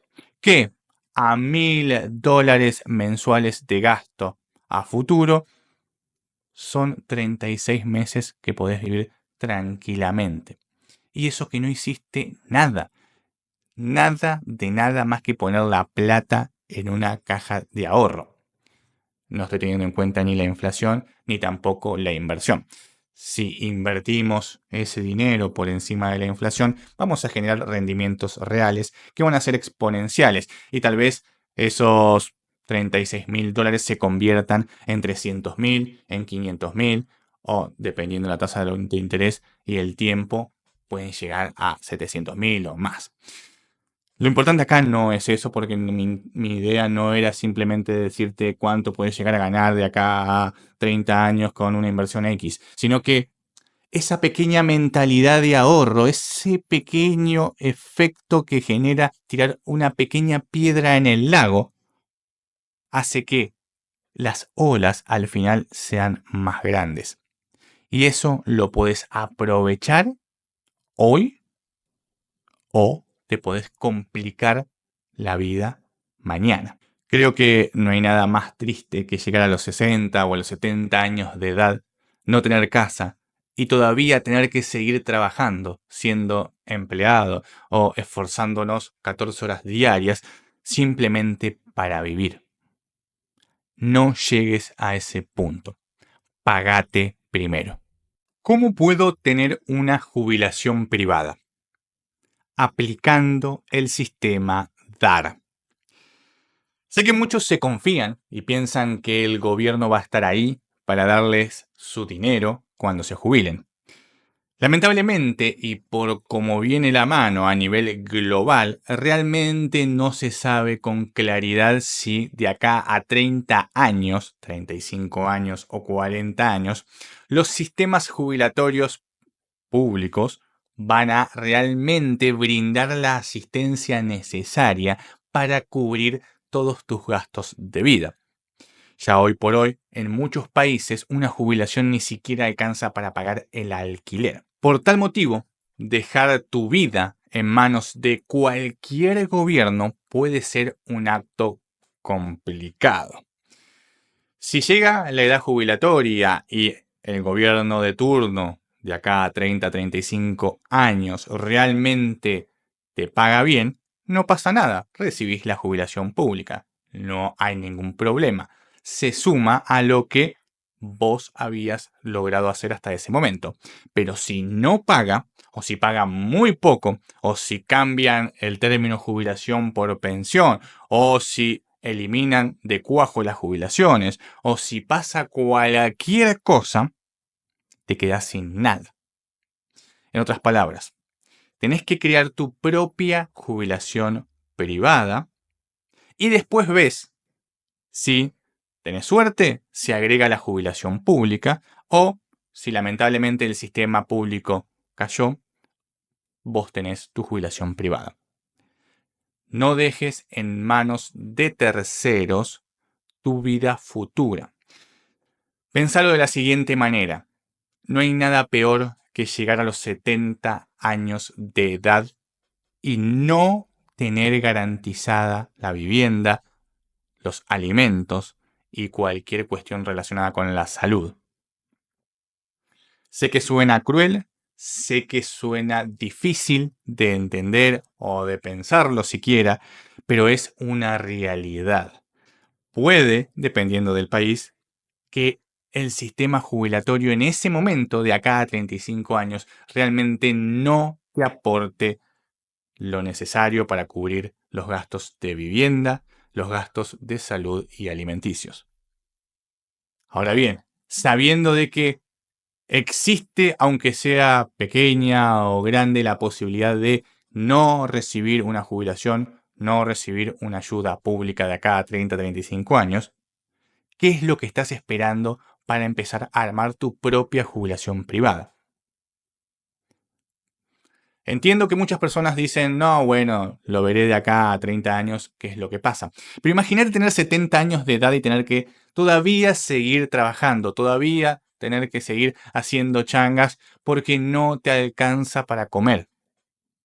Es realmente triste, pudiendo haberlo evitado simplemente teniendo, por ejemplo, una pequeña caja de ahorro e inversión. La clave acá está en la mentalidad. Tenés que pensar en vos mismo y tomar las riendas de tu vida, actual y futura. No dejes en manos de terceros tu futuro. Repito, no dejes en manos de terceros tu futuro, sea público, sea privado, sea quien sea. No importa quién sea. No dejes en manos de terceros tu futuro. Toma las riendas de tu vida. Esto implica empezar a construir nuestra jubilación privada. Y en un principio te dije que la mejor forma era aplicando el sistema DAR. DAR es una sigla, la D de diversificar, la A de aportes y la R de regulares. En definitiva es diversificar tus aportes regulares. Se trata de tener diferentes tipos de inversiones donde vas poniendo tus aportes regulares. ¿Por qué esto de diversificar aportes regulares? Diversificar porque realmente no sabemos lo que va a suceder en el futuro. Y como te dije, no podemos confiar en nadie. Entonces, la mejor forma es diversificar, tener distintos tipos de inversiones. Lógicamente, no lo vamos a hacer de la noche a la mañana, ni de un día para el otro, ni siquiera lo vamos a poder implementar de manera inmediata. Tal vez nos tomen 2 años, 3 años, un par de años, no importa.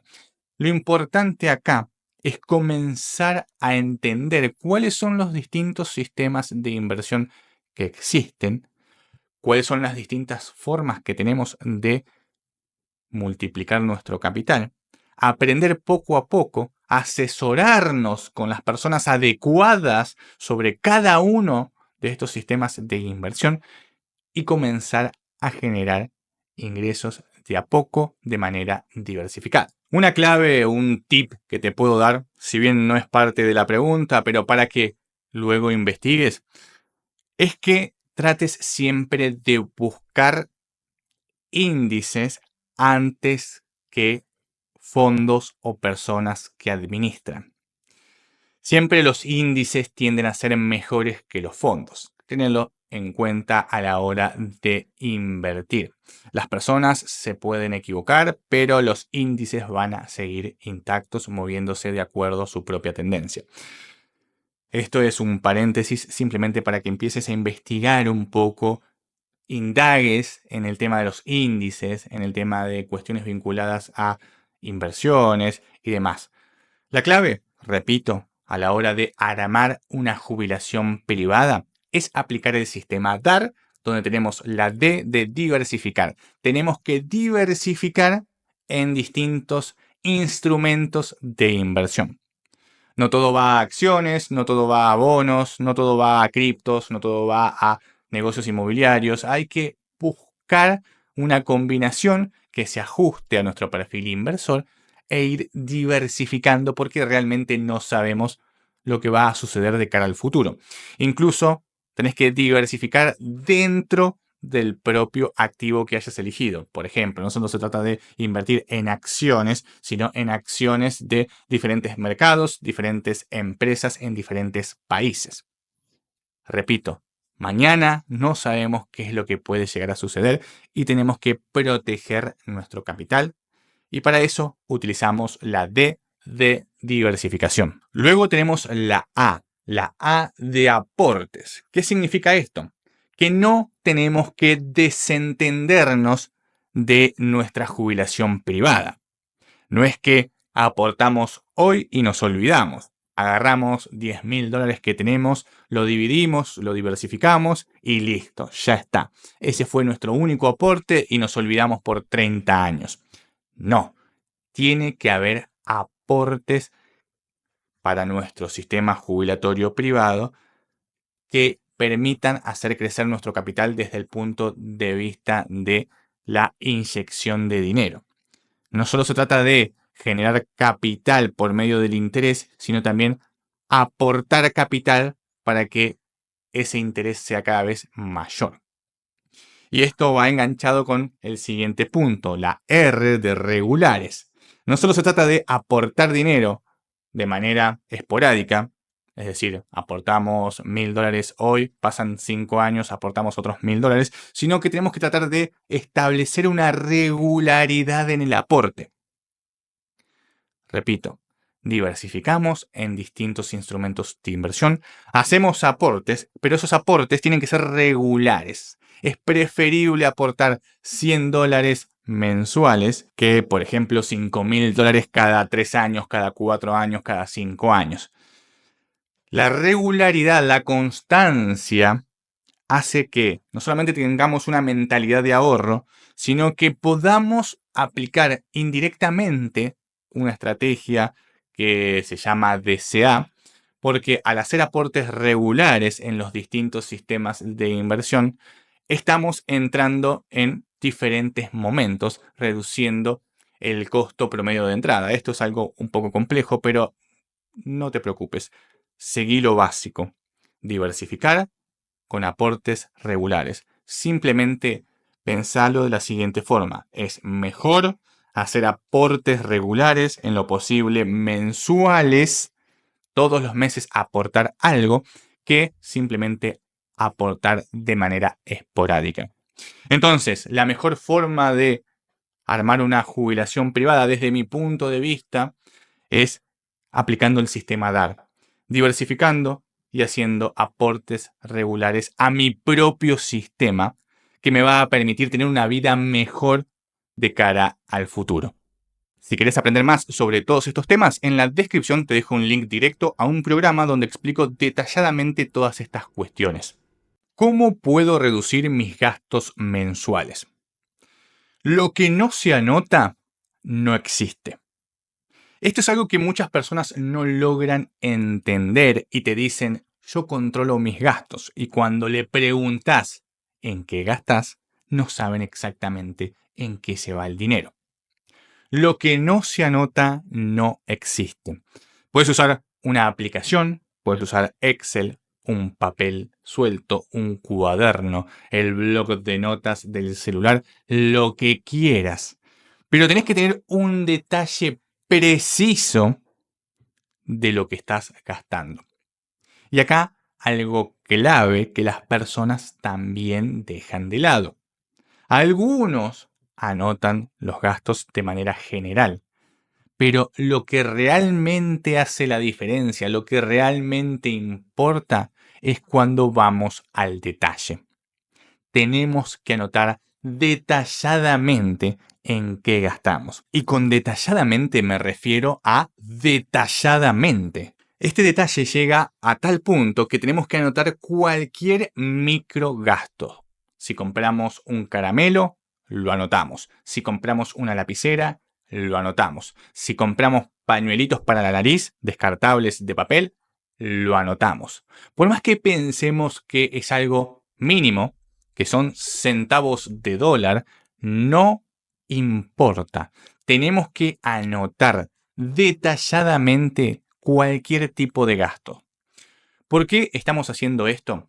Porque cuando vos anotás detalladamente los gastos, podés al cabo de cierto tiempo, supongamos 60 días, 90 días, determinar por dónde realmente se está yendo tu dinero. ¿Dónde estás gastando en cosas que tal vez no te están aportando absolutamente nada? Podés determinar una tendencia, podés hacer estadísticas, podés hacer presupuestos, podés mejorar toda la información en torno a tus gastos. Luego, lógicamente, podemos hacer rubros e incluir esa información de manera agrupada, pero el detalle tiene que estar. ¿Por qué? Porque, por ejemplo, tenemos un rubro que dice salidas, donde ponemos todas las salidas a comer, las salidas al cine, las salidas con amigos, todo ese tipo de eventos sociales. Sí, el rubro salidas creció mucho este mes, pero realmente no sé si fueron las salidas con amigos, si fueron las salidas con mis padres, con mi pareja, si fueron simplemente salidas mías al cine, si fueron cafés que tomé en bares, si fueron meriendas, si fueron desayunos, qué fue lo que hizo que se disparara el rubro salidas. Si tenemos un detalle, podemos decir, bueno, en el rubro salidas hubo un incremento sustancial en el gasto. ¿Qué pasó? Y entramos a mirar y vemos que las salidas con amigos están normales, con familiares normales, con mi pareja normal, pero vemos que en la parte de meriendas hubo un incremento exponencial. Ya no estamos hablando solamente de un incremento en el rubro salidas, sino en algo mucho más específico, las salidas que hacemos por la tarde a tomar un café. Esta información es muy valiosa porque nos permite determinar exactamente cuál es el problema que tenemos en nuestras finanzas.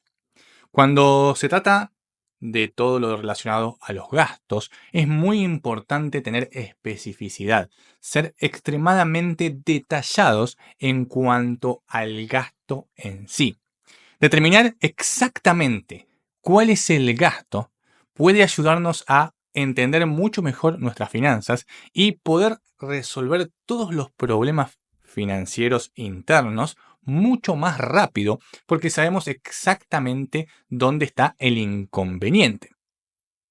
Muchas veces a la hora de ahorrar no lo hacemos porque simplemente no nos alcanza el dinero, pensando que todo lo que hacemos es necesario para vivir, es decir, todos los gastos que tenemos son indispensables para nuestra vida, pero teniendo un detalle claro y profundo con respecto a nuestras finanzas, podemos determinar de una manera mucho más específica si realmente todos los gastos que estamos llevando a cabo a lo largo de nuestros días, semanas, meses y años realmente son indispensables, y te aseguro que te vas a dar cuenta que tenés muchas, pero muchas cosas que son realmente dispensables, de las cuales no son necesarias para vivir o aumentar tu calidad de vida, y si no, más bien te están destruyendo a nivel financiero. Tenés que entender que es importante anotar absolutamente todo. Lo que no se anota no existe y lo perdés de vista. Si querés mejorar tus finanzas, si querés reducir tus gastos, tenés que necesariamente anotar todo. Cuando empezás a anotar todos los gastos, empezás a ver también tendencias. Es decir, podés determinar cuáles son tus patrones de consumo y saber exactamente en qué estás desviando fondos. Esto es muy dramático, principalmente en aquellas personas, en aquellas economías familiares en donde no se llega a fin de mes. Es decir, donde la plata no alcanza. Muchas veces decimos la plata no alcanza pensando que estamos gastando bien. Y cuando llevamos un registro, nos damos cuenta que realmente estamos gastando muy, pero muy mal. Puede que sí estemos comprando comida, pero en el registro determinamos que estamos comprando mal comida, que estamos comprando a destiempo, que estamos comprando en momentos en donde los precios suben, que estamos comprando en cantidades que hacen que se eleven los costos. En vez de hacer, por ejemplo, compras mensuales con un mayor volumen para obtener descuento, estamos haciendo compras diarias. O tal vez nos damos cuenta que en vez de estar comprando en un supermercado mayorista o minorista, donde los precios son más bajos, estamos comprando en despensas, en kioscos, en almacenes, en lugares más pequeños donde los precios suelen ser más altos. Incluso puede que no estemos comprando la comida en lugares especializados.